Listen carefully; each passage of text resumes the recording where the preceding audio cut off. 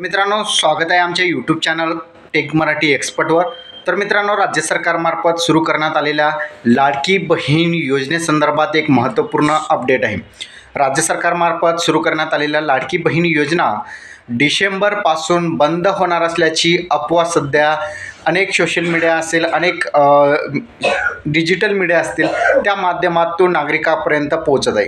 खरंच लाडकी बहीण योजना डिसेंबरमध्ये बंद होणार का? ही फक्त इलेक्शनसाठी सुरू करण्यात आलेली योजना आहे का? 2-4 हप्ते लाभार्थी महिलांच्या खात्यामध्ये जमा करून नंतर ही योजना बंद होणार का? कायमस्वरूपी बंद केली जाईल का? खरंच बंद होणार का? आणि प्रश्न जे आहेत महिलांसमोर उपस्थित झालेत। आजच्या व्हिडिओमध्ये मी तुम्हाला एक सत्य सांगणार आहे, तो तुम्हाला ॲक्युरेट सत्य असेल। म्हणजे ही योजना बंद होणार का? खरंच होणार का बंद? असे प्रश्न आहेत, त्याचं उत्तर तुम्हाला या व्हिडिओच्या माध्यमातून मिळेल।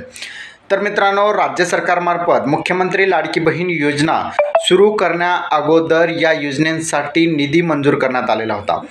जवळपास या योजनेसाठी 48,000 कोटी रुपयांचा निधी राज्य सरकारमार्फत अर्थसंकल्पीय तरतुदीमध्ये मंजूर करण्यात आलेले आहे। म्हणजेच आपण आतापर्यंत बघितलं तर या योजनेअंतर्गत फक्त 2 कोटी महिला पात्र आहेत। या 2 कोटी महिलाला प्रत्येक महिलाला 1500 रुपये जरी आपण धरले, म्हणजेच 2 कोटी महिलेला 1500 रुपये आपण धरले तर महिन्याला 3,000 कोटी रुपयेच राज्य सरकार खर्च करणार आहे।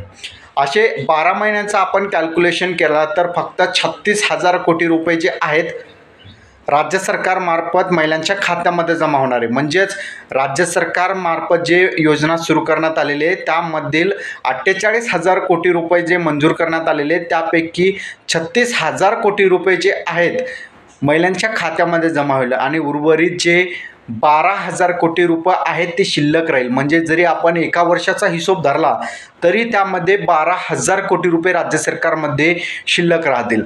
म्हणजेच ही योजना बंद होणार नाही। तुम्ही अनेक जे न्यूज बघता त्यामध्ये जर तुम्हाला सांगितलं असेल की बंद होणार, कमीत कमी आपण बघितलं की 1.5 वर्षापर्यंत चालेल एवढा निधी राज्य सरकारमार्फत मंजूर करण्यात आलेला आहे। म्हणजे येणाऱ्या काळामध्ये अजून जर निधी मंजूर झाला तर ही योजना चालूच राहील। म्हणजे ही योजना बंद होणार नाही। जरी तुम्हाला कोणी सांगितलं असेल ही इलेक्शनसाठी चालवली जाणारी योजना आहे, तर लक्षात ठेवा ही योजना इलेक्शनसाठी नाही।